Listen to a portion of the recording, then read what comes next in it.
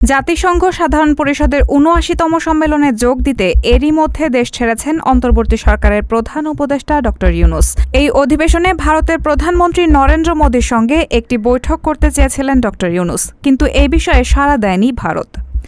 তবে বৈঠকটি কী কারণে হলো না তার ব্যাখ্যা দিয়েছে নয়াদিল্লি। ভারতের কেন্দ্রীয় স্বরাষ্ট্র মন্ত্রণালয়ের পক্ষ থেকে বলা হয়েছে, দুই নেতার বৈঠক না হওয়ার প্রধান কারণ সফরসূচিতে গরমিল এবং সময়ের অভাব।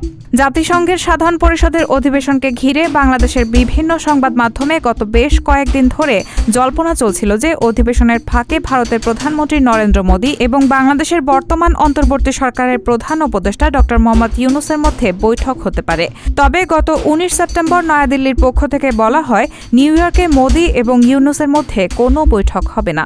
নয়াদিল্লির এই ঘোষণার পরপরই সংবাদ মাধ্যম ও সামাজিক যোগাযোগ মাধ্যমগুলোতে চাউর হয়ে যায় যে বাংলাদেশের সাম্প্রতিক রাজনৈতিক পরিবর্তন এবং সাবেক প্রধানমন্ত্রী শেখ হাসিনা বর্তমানে ভারতের রাজনৈতিক আশ্রয়ে থাকার কারণে ইউনূসের সঙ্গে বৈঠক করতে চাইছেন না মোদি। তবে সোমবার এক প্রেস ব্রিফিংয়ে এই তথ্য নাকচ করে দিয়েছেন ভারতের পররাষ্ট্র সচিব বিক্রম মিশ্রি।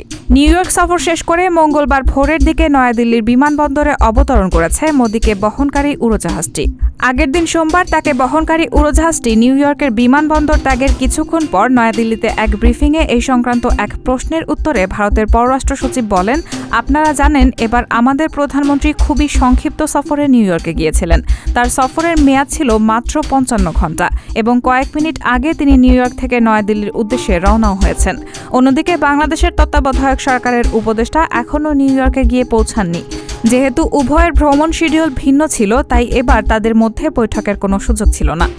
তিনি আরও জানান, যুক্তরাষ্ট্রের সাবেক প্রেসিডেন্ট এবং আগামী নির্বাচনে রিপাবলিকান দলের প্রার্থী ডোনাল্ড ট্রাম্পের সঙ্গে বৈঠকের কথা ছিল নরেন্দ্র মোদির, কিন্তু সংক্ষিপ্ত শিডিউল এবং ব্যস্ততার কারণে সেই বৈঠকও বাতিল হয়েছে। রায়হানা মুন, সবার কথা।